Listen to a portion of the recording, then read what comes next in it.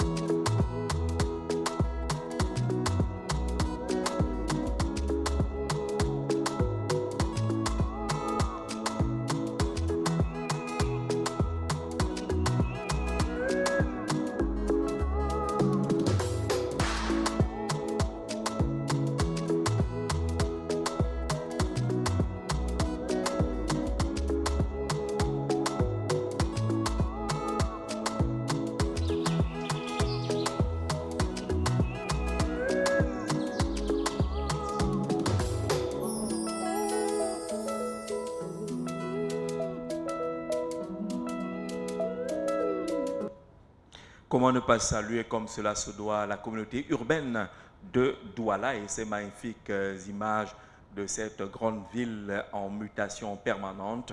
La communauté urbaine de Douala qui sera en conférence demain dans cette salle sur le thème de l'intercommunalité et le développement local. On remercie monsieur le maire de la ville de Douala et la CUD qui a toujours été là dans le cadre du SAEDEL pour indiquer ce qui est fait en termes d'investissement, de développement dans la ville capitale économique du Cameroun. Retour à cette thématique, c'est de la contribution de l'électrification rurale au développement local. Nous allons à présent permettre à monsieur le directeur des énergies renouvelables, monsieur Ngoula Uriel, de dévoiler son regard et de nous proposer son propos liminaire concernant ce thème, M. Ngoula. Merci une fois de plus pour la parole donnée. Le thème qui nous réunit autour de cette conférence est bien la contribution de l'électrification rurale au développement local. Il va se structurer en 5 parties: une introduction, la présentation générale de l'AER, les enjeux même de l'électrification rurale, quelques réalisations de l'AER et surtout les défis qui incombent le secteur ou encore le sous-secteur de l'électrification rurale. Je suis assisté dans cet exercice ô combien passionnant par mes collègues qu'on a présenté en début de conférence. Nous allons donc y aller et peut-être que la présentation n'a pas tout ce qu'il faut, mais nous resterons ouverts à la fin pour toutes les questions qui peuvent apporter une certaine contribution. En termes d'introduction, l'électrification rurale est un pilier essentiel pour le développement économique. Aujourd'hui, c'est environ 40% de la population camerounaise qui demeure sans électricité fiable. Dans le contexte particulier de l'électrification rurale, on peut malheureusement constater une certaine disparité entre les zones urbaines et les zones rurales, alors même que 65% de la population camerounaise est rurale. Cette mission est portée au Cameroun par l'Agence d'électrification rurale, qui est née des réformes de 1998 du secteur de l'électricité. Elle a pour mission la planification et la mise en œuvre des projets d'électrification rurale, la promotion des énergies renouvelables, le développement des infrastructures en milieu rural, la réduction des inégalités régionales, la gestion des financements et leur mobilisation surtout, l'accompagnement des collectivités locales et des acteurs privés dans l'électrification rurale. De nombreux enjeux sont attachés à la question, notamment l'accès universel à l'électricité. Comme on l'a dit précédemment, il n'y a que 40% de Camerounais qui ont accès à l'électricité de façon fiable. Un autre enjeu, c'est bien le développement local. Comme on l'a dit, 65% de Camerounais vivent en zone rurale. Il est clair qu'apporter des solutions d'éducation rurale stimule l'économie locale, ça améliore les infrastructures sociales et surtout les conditions de vie. Réduire la pauvreté, faire la promotion des énergies renouvelables et renforcer la cohésion sociale fait partie des enjeux de l'éducation rurale. L'AER, comme on l'a dit, est née des réformes de 1998. Aujourd'hui, nous avons signé déjà beaucoup de partenariats, à l'instar d'un partenariat avec les CVUC pour l'accompagnement mutuel des collectivités territoriales décentralisées dans la mise en œuvre des actions nécessaires à l'autosuffisance énergétique. Nous avons également des accords avec des entreprises extérieures comme IED Invest. Avec cette entreprise, nous avons pu construire déjà un petit barrage hydroélectrique en Bakao-Carrière, c'est dans la région de la Damawa. Nous avons également des accords avec le FECOM. En termes de projets réalisés, de façon globale, l'AER a mené à ce jour des projets d'extension des réseaux traditionnels, c'est-à-dire les extensions des réseaux conventionnels, a mené des projets de développement de l'éducation rurale décentralisée à travers l'énergie renouvelable, notamment le solaire et surtout la mini-hydroélectricité. Actuellement, nous avons beaucoup de projets en cours, à l'instar du projet d'interconnexion du Tchad et du Cameroun, qui au passage va électrifier 450 localités du côté camerounais et une vingtaine du côté Tchad. Ça, c'est pour ce qui est des extensions du réseau. Nous avons également le projet de construction des mini-centrales solaires dans certaines régions.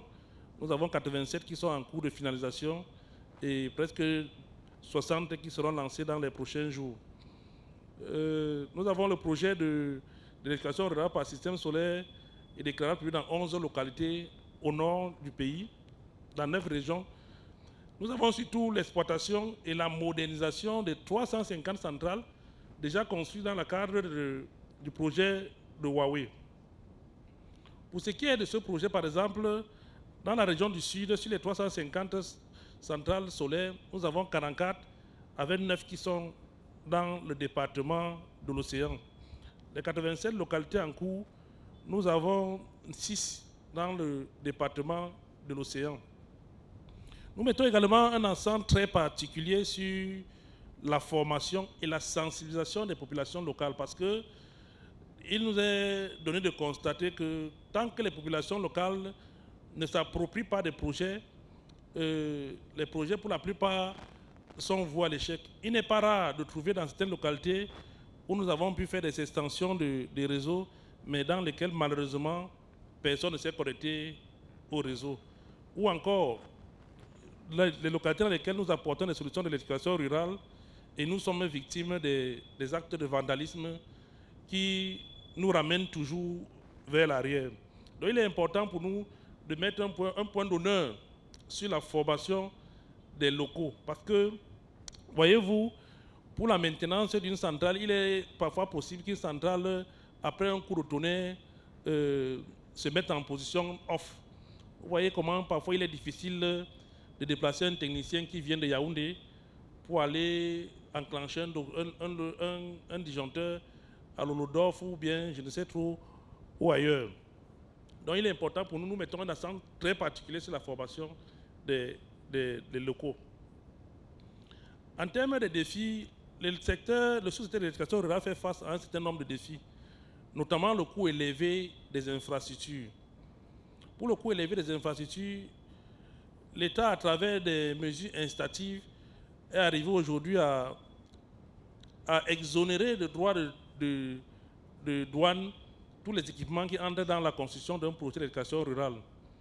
Par le passé, et déjà depuis 2012, il y avait déjà l'exonération des droits de TVA sur ces équipements, toutes choses qui contribuent à amoindrir les coûts de l'électrification rurale à travers les énergies renouvelables. Un des défis également, c'est la disparité géographique. Nous faisons face à une disparité géographique due au fait que l'habitat chez nous est très dispersé, ce qui rend onéreux les coûts de l'électrification. Puis encore, l'état des routes aussi nous limite fortement dans notre déploiement. Il est clair que pour ce défi-là, nous proposons aux collectivités territoriales décentralisées un ensemble de projets intégrateurs, c'est-à-dire un projet intégrateur, quand on va dans une zone, on essaie au maximum d'apporter les infrastructures qu'il faut, parce qu'il est clair que si nous voulons électrifier à travers peut-être les poteaux béton qui sont très lourds, s'il n'y a pas de route, on ne peut pas les transporter. Or, nos missions ne sont pas de faire des routes, mais d'apporter l'électrification rurale. Et nous encourageons donc ce développement à travers les projets intégrateurs. Ça veut dire quand on y va, on aimerait bien qu'il y ait de l'eau, on aimerait bien trouver des projets avec des centres de santé, parce que c'est toutes ces choses qui améliorent les conditions de vie. Nous ne manquerons pas de mettre un accent sur le faible pouvoir d'achat des populations. Aujourd'hui, nous sommes arrivés dans des projets dans lesquels nous utilisons les fonds revolving pour essayer de connecter le maximum de Camerounais, parce que, je l'ai dit précédemment, il n'est pas rare de trouver dans certaines localités, vous arrivez, vous apportez une solution et puis personne ne se connecte. Ils disent qu'ils n'ont pas d'argent pour se connecter. Donc il est clair que l'État, dans ce sens également, active d'autres mécanismes pour pouvoir connecter le maximum des populations. Nous ne le dirons jamais assez, il y a également la maintenance des infrastructures. Et nous continuons à mettre un accent particulier sur la formation et nous sollicitons l'apport des communautés territoriales décentralisées dans le sens de la formation, mais surtout dans une formation bien visée. Parce que nous avons précédemment dit, nous faisons beaucoup de développement à travers les énergies renouvelables. Aujourd'hui, dans nos écoles, est-ce que nos enfants savent ce que c'est que l'énergie solaire photovoltaïque? Est-ce qu'ils savent ce que c'est que la petite hydro? Donc, il y a ce volet-là sur lequel nous accentuons également nos actions. Évidemment, peut-être c'est le lieu de le dire aussi, nous avons une très faible capacité de la gestion et de la gouvernance locale. En tant que directeur des énergies renouvelables, j'ai vécu une expérience assez spéciale dans certaines localités. Vous avez une centrale solaire qui est mise à la disposition de la mairie, mais certaines mairies que je ne citerai pas ici, elles-mêmes veulent se connecter déjà en direct, c'est-à-dire que mettre en danger les infrastructures. Nous avons donc passé le temps à bagarrer par rapport à ça. Nous avons des localités dans lesquelles nous avons des centrales solaires, mais dans lesquelles les maires veulent par exemple que leurs amis se connectent en direct sans débourser le moindre franc. Si c'était question de ne même pas débourser le moindre franc encore, c'est une chose. Mais le fait de mettre les équipements en danger, qui ont coûté des centaines de millions de francs à l'État, est quelque chose d'assez difficile à vivre. En termes de conclusion, je vais dire de la première conclusion parce que nous allons certainement entrer dans les échanges. À travers les défis, il faut souligner que l'État a mis sur pied le PDR, qui est le plan directeur de l'éducation rurale, qui est la ligne de conduite pour conduire l'éducation rurale avec des solutions adaptées à chacune des localités. Si vous y allez, vous trouverez des solutions qui sont prévues pour chacune des localités déjà. C'est ce document que nous utilisons. De lui, on a extrait déjà plusieurs projets, à l'instar du projet PERAS également, qui est en cours d'exécution à l'AER. Nous comptons également sur l'approche multi-acteurs et l'intégration surtout des énergies renouvelables comme une clé pour surmonter les obstacles auxquels nous faisons face. Je vous dis merci déjà pour votre bienveillante attention. Merci. Merci, M. Ngoula Uriel, pour cette intervention. Nous allons tout à l'heure entrer dans le cadre des échanges en espérant que les uns et les autres ont eu à noter quelques préoccupations pour avoir des réponses adéquates. Le temps de mettre en place tout ce dispositif, on a encore une page consacrée à nos partenaires.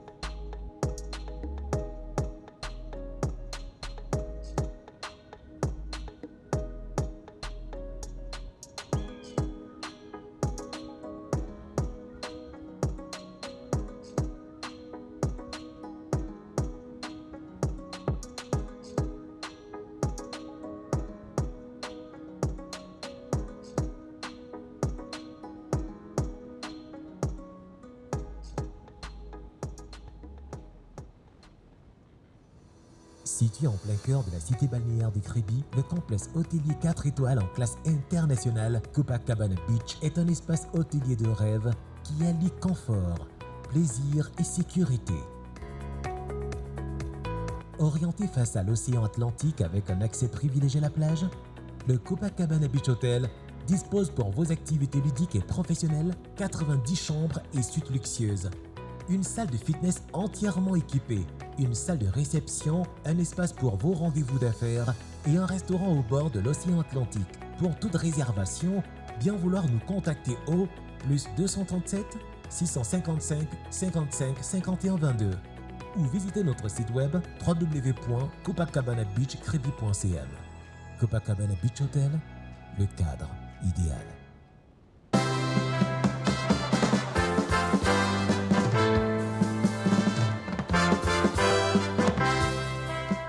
Du sable fin, une eau sans fin, un horizon lointain. Telle est la première impression visuelle que l'on a à quelques kilomètres du centre-ville de Kribi. Eh oui, Kribi, pour la majorité, est le lieu par excellence de la plage et des cocotiers, l'île de tout repos. En réalité, la cité balnéaire n'a rien envié aux grandes destinations touristiques. Il n'y a qu'à voir les merveilleuses chutes de la Lobé pour se rendre compte que Kribi renferme un phénomène extraordinaire et rare au monde. Ne dit-on pas que c'est la ville de l'eau, l'eau des pluies, de la mer et des fleuves? Sa légende la plus répandue est d'ailleurs en rapport avec l'eau, celle du Mamiwata, qui prétend l'existence des sirènes dans les eaux de cette localité. Le touriste qui débarque à Kribi ne s'ennuiera certainement pas. Entre les campements des Pygmées, peuple autochtone de la forêt, la baie de Longi et ses multiples plages, les sites à visiter sont divers. Sans oublier le fameux débarcadère, cette référence culinaire de la braise du poisson frais et des grosses crevettes plus connues sous l'appellation de gambas.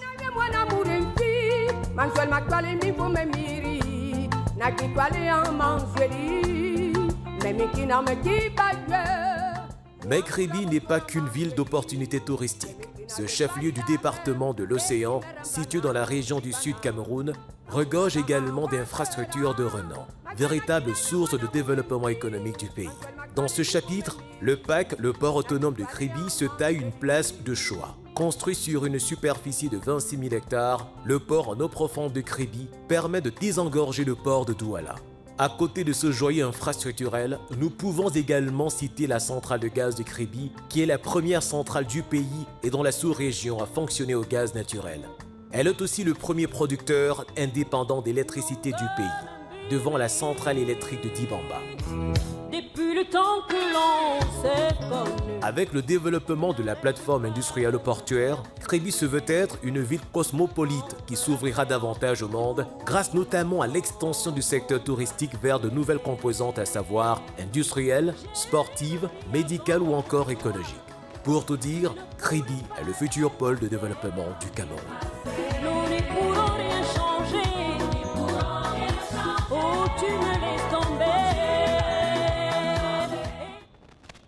Voilà donc on va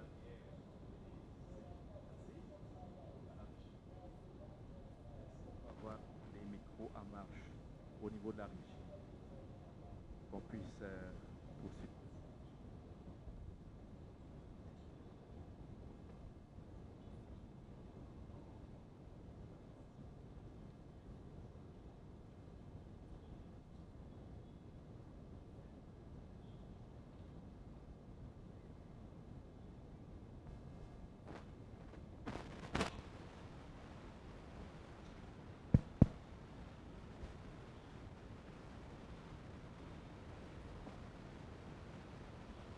Merci, on a regardé à nouveau les belles images de la cité balnéaire Kribi, qui a offert l'hospitalité qu'il faut au SAIDEL, au Salon de l'Action, le Salon des acteurs économiques et le développement local, pour la 3e édition. Au cœur de nos échanges, la contribution à l'éducation rurale au développement local.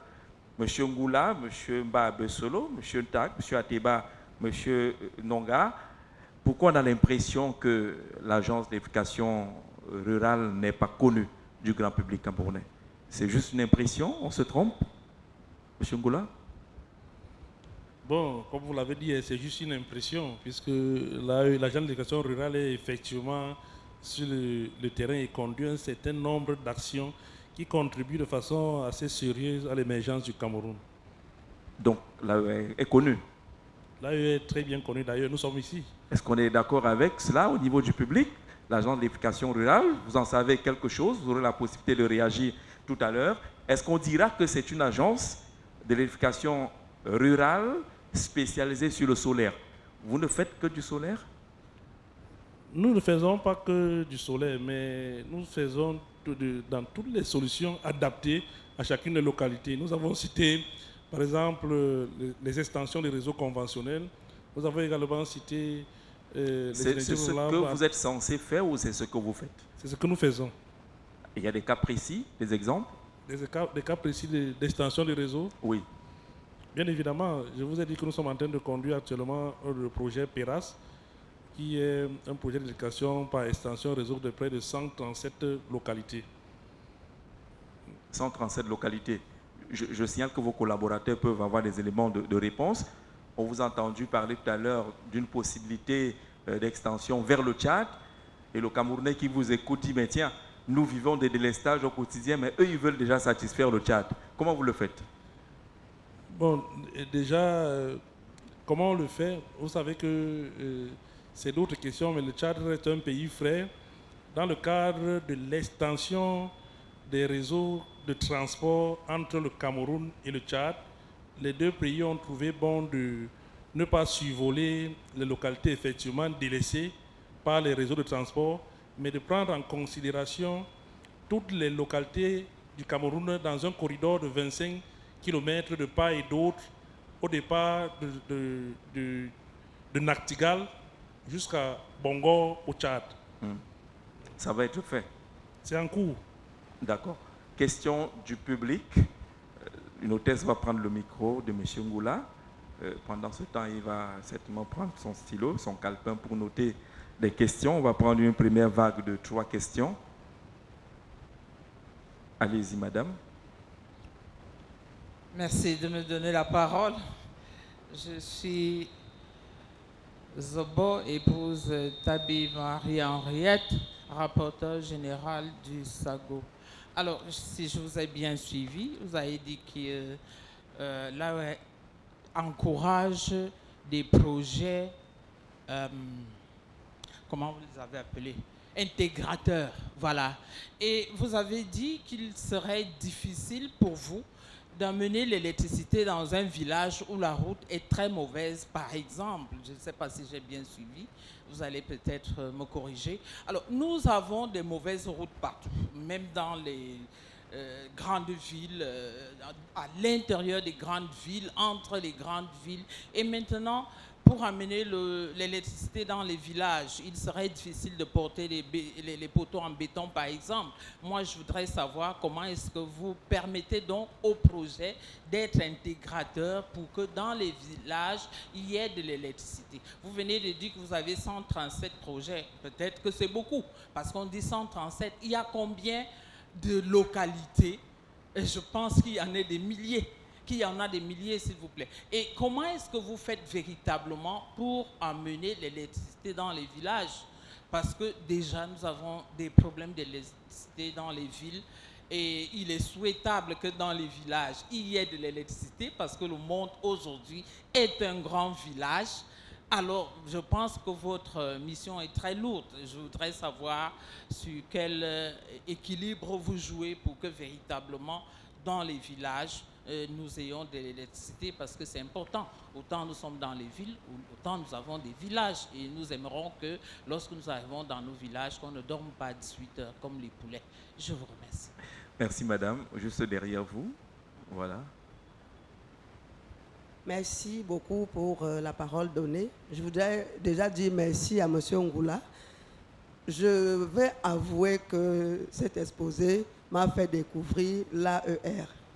Je vais revenir sur la question du présentateur pour dire que son impression semble être vraie, que l'AER n'est pas trop connue. Et puis, dans votre exposé, vous avez dit tout à l'heure que parfois vous faites une installation dans un village et les gens n'adhèrent pas. Est-ce que ce n'est pas un problème d'approche?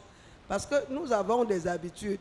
Pour savoir que le coin est éclairé, on voit poteau, on voit compteur, on voit câble et on voit des interrupteurs et des prises. Et puis un matin, surtout que je vous ai entendu dire qu'il y a un plan directeur qui a déjà ciblé où et quand il faut réaliser un projet dans le cadre de vos activités. Ça veut dire que vous arrivez à Bandé-Vouri. Les gens de Bandé-Vouri ne savent pas de quoi il est question. Vous installez votre base et puis vous leur dites voilà l'électricité, vous pouvez utiliser. Est-ce que ça peut vraiment passer comme ça dans le cadre de la communication pour le développement?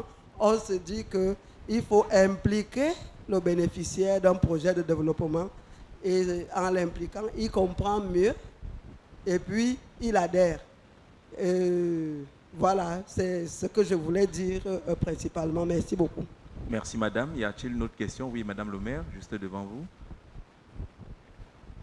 Juste devant vous. Oui, madame le maire. Merci, je suis madame Bouedjila, deuxième adjoint maire de la ville de Kribi. Hier, quand on faisait la tournée des stands, j'ai aperçu qu'il y avait un stand qui parlait de l'électrification rurale. Alors, je voudrais savoir, est-ce qu'au niveau des CTD, vous travaillez en collaboration? Parce que depuis que je suis à la communauté urbaine de Kribi, moi, je vois, par exemple, des panneaux solaires qu'on installe partout. Je n'ai jamais, c'est vrai, c'est pas dans mes prérogatives, mais je n'ai jamais entendu parler de vous, que vous travaillez en collaboration, par exemple, avec une mairie ou bien avec une communauté urbaine. Comment est-ce que ce partenariat peut être mis en place pour que nous puissions avoir de l'électricité? Parce que des fois, nous mettons les panneaux solaires, mais quand on regarde, ces panneaux solaires ne sont pas, ça ne donne pas bien. Comment est-ce que nous pouvons faire pour entrer en partenariat avec vous pour que vraiment la communauté urbaine ou bien les CTD en général puissent donner de l'électricité, que ce soit dans les villages, que ce soit dans les quartiers de la ville?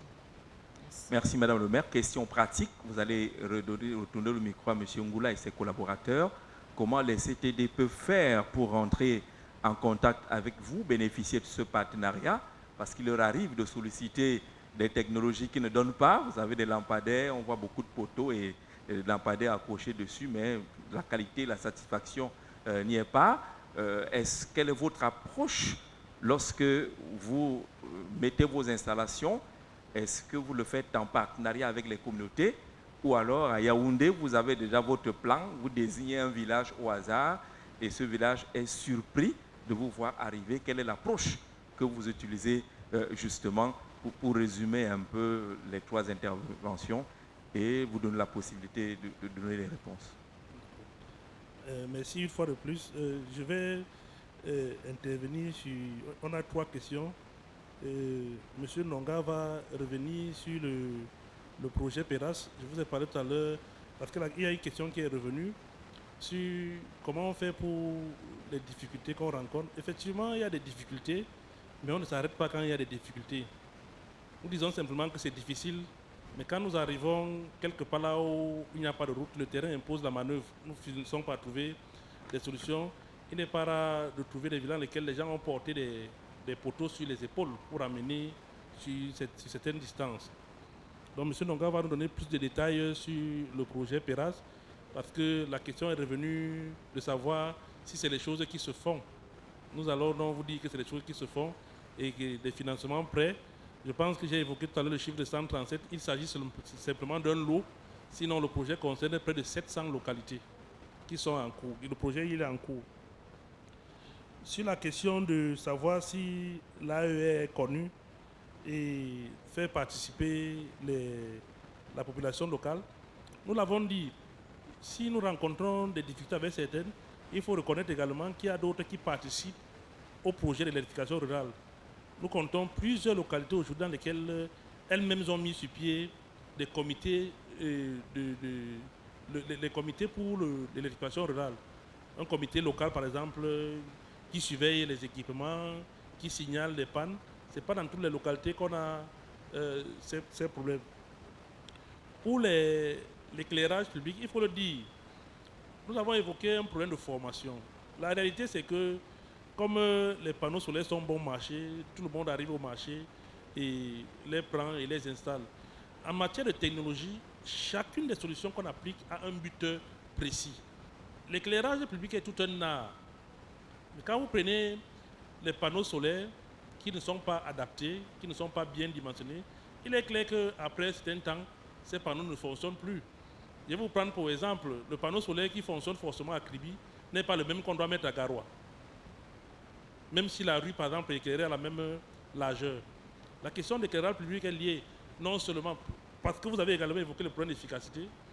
Dans une rue, pour éclairer une rue, il faut intégrer la largeur de la rue, l'utilité de la rue, on ne fait pas d'éclairage public parce qu'on dépose des candélabres partout. À la fin, c'est clair qu'on trouve que ce n'est pas efficace. Maintenant, la question de maintenance après. Qu'est-ce qu'on fait pour la maintenance?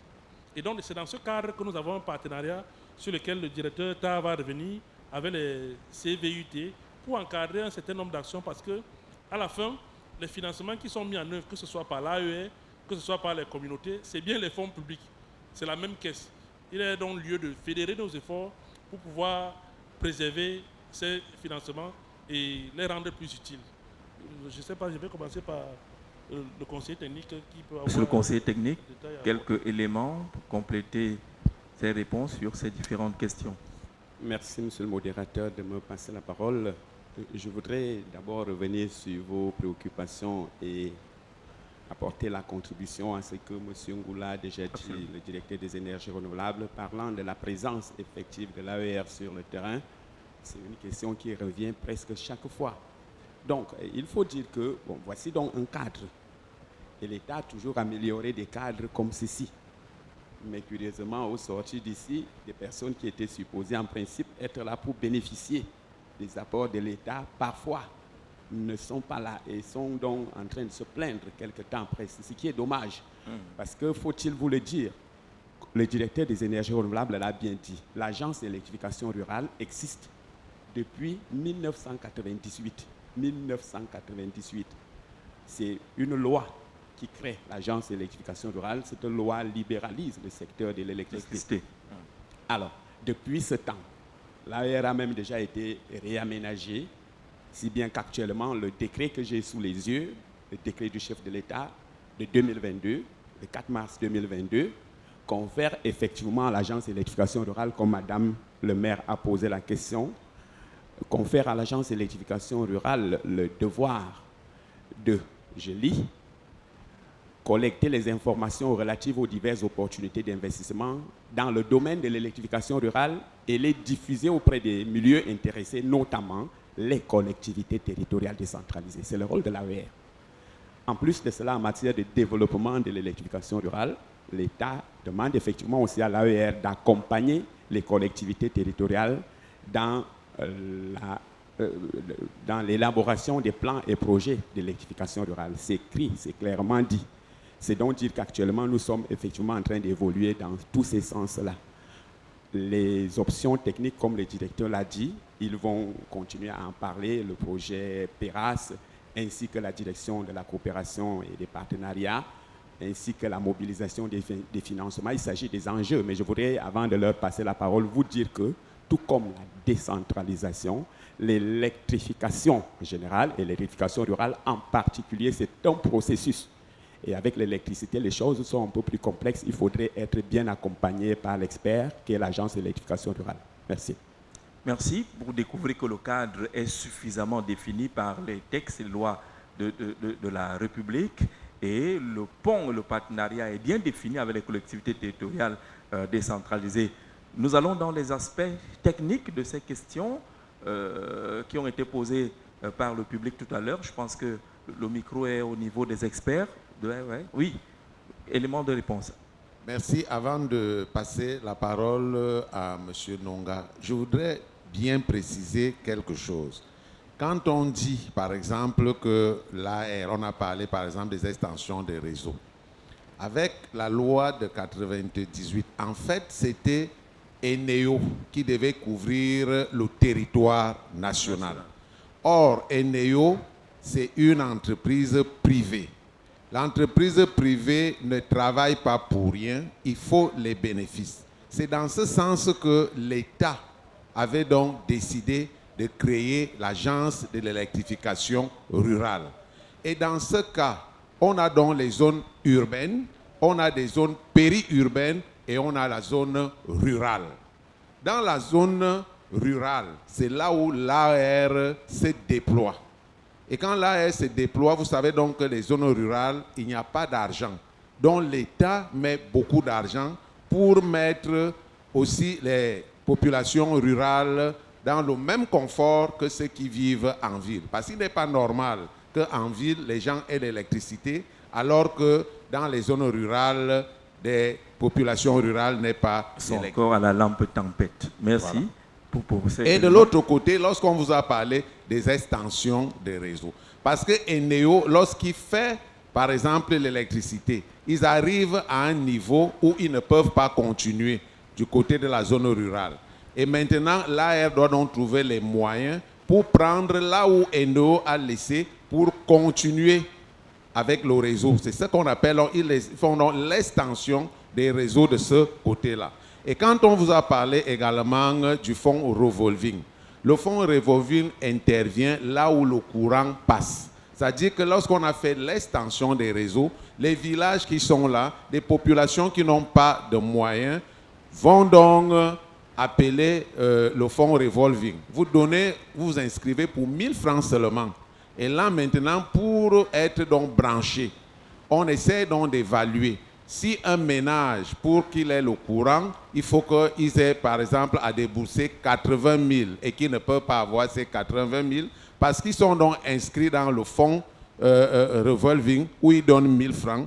L'État a prévu donc ce fonds-là pour électrifier, donc par exemple, faire l'installation à ce ménage-là. Et maintenant, il y a donc un mécanisme, parce que personne ne pourra fuir avec l'argent, il y a donc un mécanisme pour récupérer donc, par exemple, les 80 000 francs que l'État a dépensés. Et dans ce sens-là, on a donc des conventions avec MTN et Orange. Ça veut dire que vous payez comme le téléphone. Vous payez votre consommation. Si vous avez payé 5 000, il y a donc, par exemple, un mécanisme où on va retenir quelque chose dans les 5 000 pour payer progressivement. Chaque fois que vous avez payé pour consommer, on retient quelque chose et vous finissez à payer ce que l'État vous a donné. Je m'arrête d'abord là. Vous savez que moi, je suis direct et je parle en français facile pour que tout le monde comprenne. Je passe donc le micro maintenant à M. Nonga. Ok, merci monsieur le directeur. Alors, le projet PIRAS naît de la privatisation en élaborant les outils qui ont accompagné la privatisation, le PDR dont le directeur des énergies renouvelables a fait dans son... Lors de l'élaboration de ce document, l'État s'était rendu compte que certaines zones ont un niveau d'électrification bas, très bas même. Et c'était beaucoup plus les régions du Nord. Dans le Grand Nord, toutes les 3 régions avaient un niveau d'électrification bas. Et dans le Grand Sud, on avait aussi 2 régions, 3 régions, autant pour moi, l'Est, le Nord-Ouest et le Sud-Ouest. D'où un premier projet né, PDZN, qui devait électrifier, qui a électrifié 250 localités dans les 3 régions du Grand Nord, 84 localités dans la région du Nord-Ouest et de l'Est. Après cette phase, une évaluation technique de la Banque mondiale est passée, a toujours relevé des insuffisances.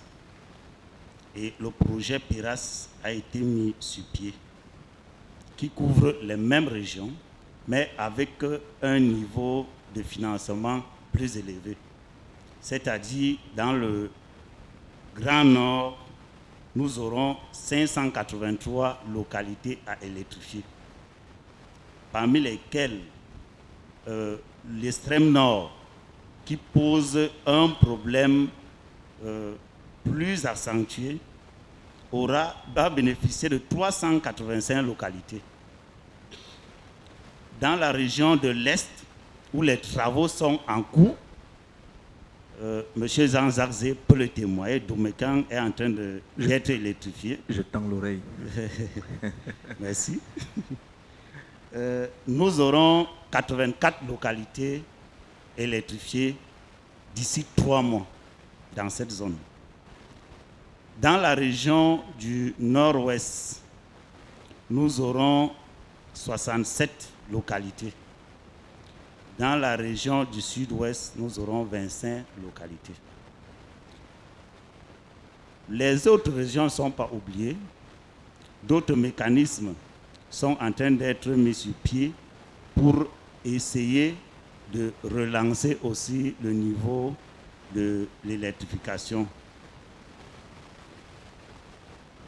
Le projet PERAS avait aussi une composante d'hybridation des centrales solaires et d'hybridation des centrales thermiques à partir des centrales solaires.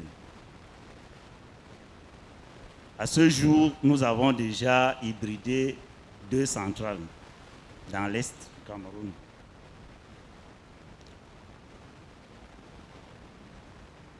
Madame le maire a posé une question tout à l'heure concernant, non, c'était madame, concernant comment est faite l'électrification de nos villages, la façon dont l'électrification est faite.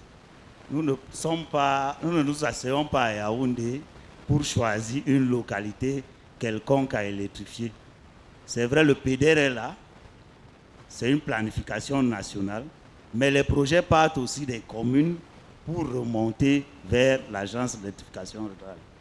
Et de là, dès qu'un maire saisit monsieur le directeur général dépêche les techniciens sur le terrain, nous faisons les études, nous rentrons au bureau, nous procédons la maturation de ce projet et nous recherchons des financements auprès des bailleurs de fonds.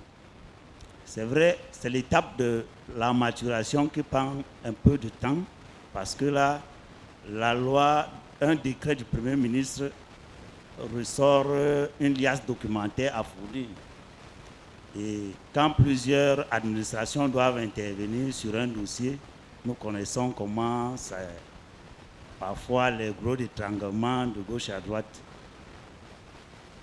Je pense que l'aspect technique, s'il y aura d'autres questions... Sur cet aspect technique, vous avez certainement dit à madame que les projets ne sont pas définis en fonction de la force de l'élite. Parce qu'il est souvent dit que c'est quand vous avez quelqu'un de haut placé qu'il peut réussir à mener les projets au village. Ce n'est pas ça? Non, je pense que l'agence d'électrification travaille beaucoup plus avec les CTD. D'accord. Rien à voir avec l'élite forte. Monsieur Ta. Merci Jacques. On va passer la parole. C'est vrai que si on veut parler de l'électrification rurale, on va passer 3 heures de temps ici. Donc, pour répondre à votre question, je pense que l'élite aussi fait partie d'un village. S'il pose un problème, on ne va pas dire parce que c'est l'élite qu'on ne va pas électrifier. Donc, l'agence d'électrification rurale est là pour tous les Camerounais. C'est une structure que le président de la République a créée pour gérer les problèmes d'électrification qui se trouvent dans des zones rurales. Nous comptons plus de 17 000 villages, n'est-ce pas? C'était plus de 14 000 villages au Cameroun. Je pense qu'il reste 9 000 à électrifier. Ce sont des statistiques que beaucoup de personnes ne connaissent pas. Et je pense que c'est un gros boulot qui a été donné à l'AER d'électrifier 14 000 villages avant 2035, Jacques. Avant 2035? Oui, avant 2035. C'est noté, hein, les téléspectateurs qui regardent ce programme. Donc, ça c'est pour épouser le plan d'émergence du président de la République pour l'horizon 2035. Pour répondre à la préoccupation de Madame le maire, le Conseil technique a lu un article qui est dans la loi qui réorganise l'AER et qui dit que l'AER doit accompagner les CTD.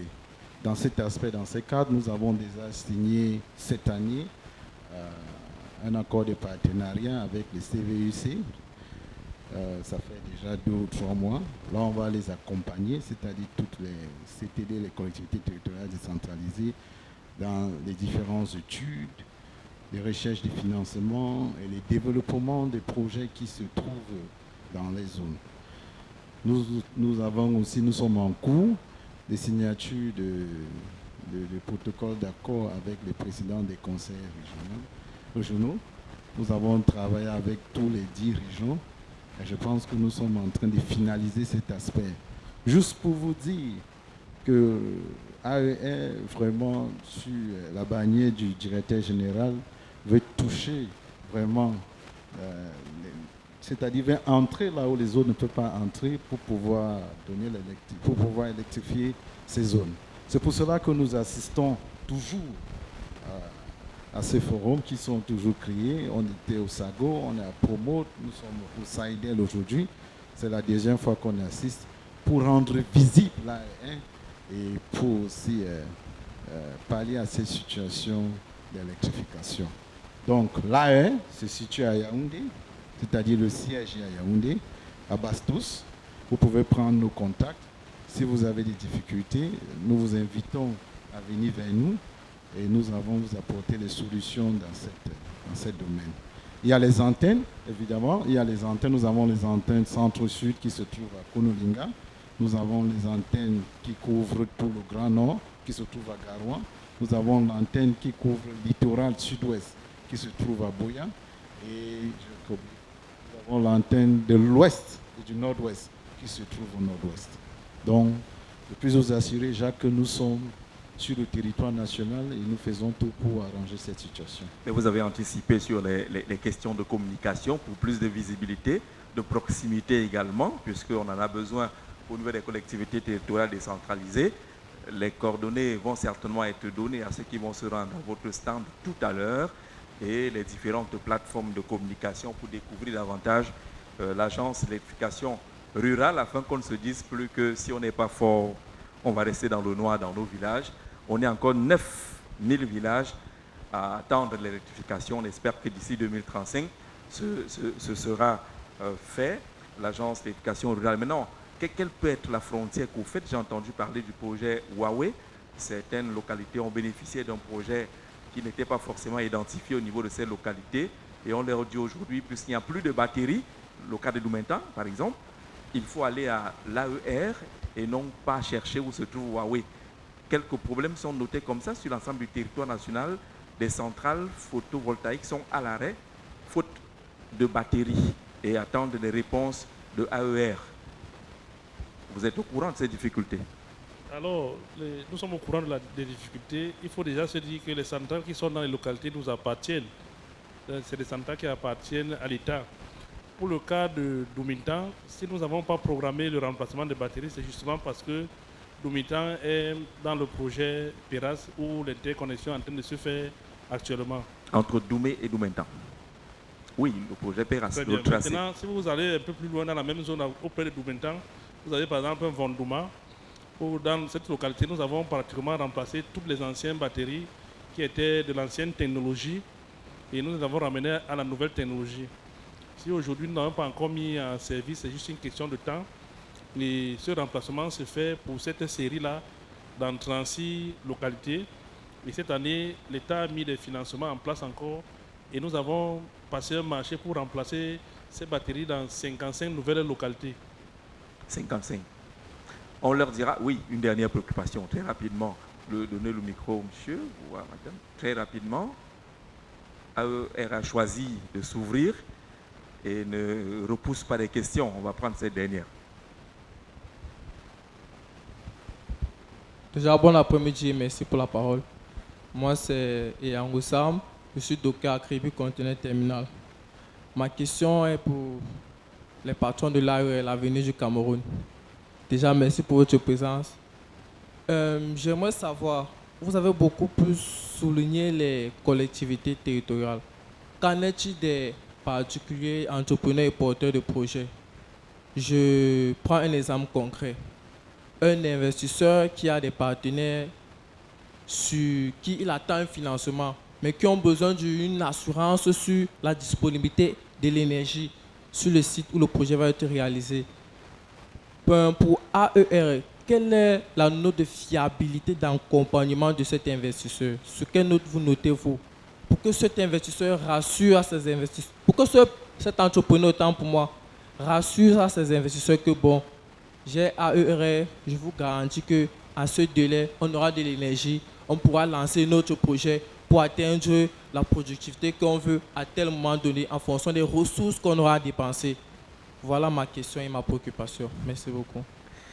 Merci, monsieur. Allez, si vous avez un projet de transformation du manioc dans un village reculé, une zone reculée, et le partenaire vous demande la disponibilité de l'énergie électrique pour investir, et ce AES peut accompagner ce projet. AER, voilà. Alors, on ne le dira jamais assez. Sans énergie, effectivement, il n'y a pas de transformation et donc aucune économie moderne ne peut se développer sans énergie. Ça fait juste partie des paramètres, des intrants d'un projet. Les collègues l'ont dit ici, nous avons tout un département qui s'occupe de la mobilisation et de la recherche des financements. On se rend malheureusement compte qu'il y a beaucoup de choses que les gens ne savent pas. Peut-être que les gens ne savent même pas que l'État appuie les Camerounais qui veulent développer ce genre de projet partout sur le territoire national. Il y a des mécanismes pour ça. Il est clair que si vous apportez un projet dans lequel vous dites d'ailleurs que le projet va certainement s'inscrire dans une localité, ça fait que c'est une chose de gagner pour nous. Le projet, si c'est un projet économique, il intègre, il y a de la création de l'emploi. Autour de la création de l'emploi, il y a la création des centres de santé. Il y a donc amélioration des conditions de vie, qui fait toutes choses qui font partie de nos missions régaliennes. Et donc, si vous avez un tel projet, nous ne pouvons que vous accompagner. La réponse est claire et vous avez la chance d'avoir porté de main tous les responsables de ARIBI, monsieur le conseiller technique. Merci beaucoup. Monsieur le conseiller technique, la même monsieur chose. Atiba. Merci beaucoup, monsieur le modérateur. La même chose, la même réponse que j'ai donnée à madame le maire, c'est la même exactement, confère décret. Il est dit ici, pour le premier cas, que l'AER doit collecter les informations relatives aux diverses opportunités d'investissement dans le domaine de l'électrification rurale et les diffuser auprès des milieux intéressés, notamment les opérateurs privés et les investisseurs. Donc, en dehors des collectivités territoriales décentralisées, les investisseurs sont concernés. Bien plus, proposer toute mesure d'attrait des investisseurs dans le domaine de l'électrification rurale au Cameroun. Si vous vous rapprochez de l'AER, vous aurez les réponses à vos préoccupations. Le problème, c'est que chacun essaie d'être de son côté et dire que c'est l'autre qui doit faire ci, doit faire ça. Moi, je crois que je rejoins, depuis que nous sommes ici, nous comprenons qu'il y a un peu de complexité. Et cette complexité sous-entend que nous devons aller main dans la main. Toutes les fois que nous allons penser que c'est quelqu'un d'autre qui va faire et que la personne n'a pas fait son travail, sans apporter de solutions, sans proposer de solutions, nous sommes vraiment en train de ramer à compte courant de la décentralisation. Mais si chacun d'entre nous apporte sa contribution, nous pensons que les choses vont évoluer. Chacun a un rôle à jouer. Les institutions ont été mises en place. Les communes sont là. Les régions sont là. Les institutions sont là. L'AER est là. Vous aussi, vous êtes là. Il faut qu'on aille main dans la main. Merci. Très bien. M. Atiba voulait ajouter quelque chose. On voit bien que tout est prévu dans les textes. Oui, M. Atiba. Oui, merci pour la parole donnée une fois de plus. Et je suis très content de la question de monsieur pour les particuliers. Et c'est pour ça que je voudrais aussi appeler même les communes, les CDD. Parce que lorsque M. Zé a dit que est-ce qu'il ne faut pas être un grand pour le faire, ça veut dire que ces grands-là ont des relations où ils peuvent aussi amener, n'est-ce pas, leurs relations à venir faire ce genre de développement. Moi, je suis à la recherche des financements. Donc, quand vous venez avec quelqu'un comme ça, nous sommes très contents et l'AER accompagne. Et l'AER ne reste pas seulement dans le cadre de l'électrification.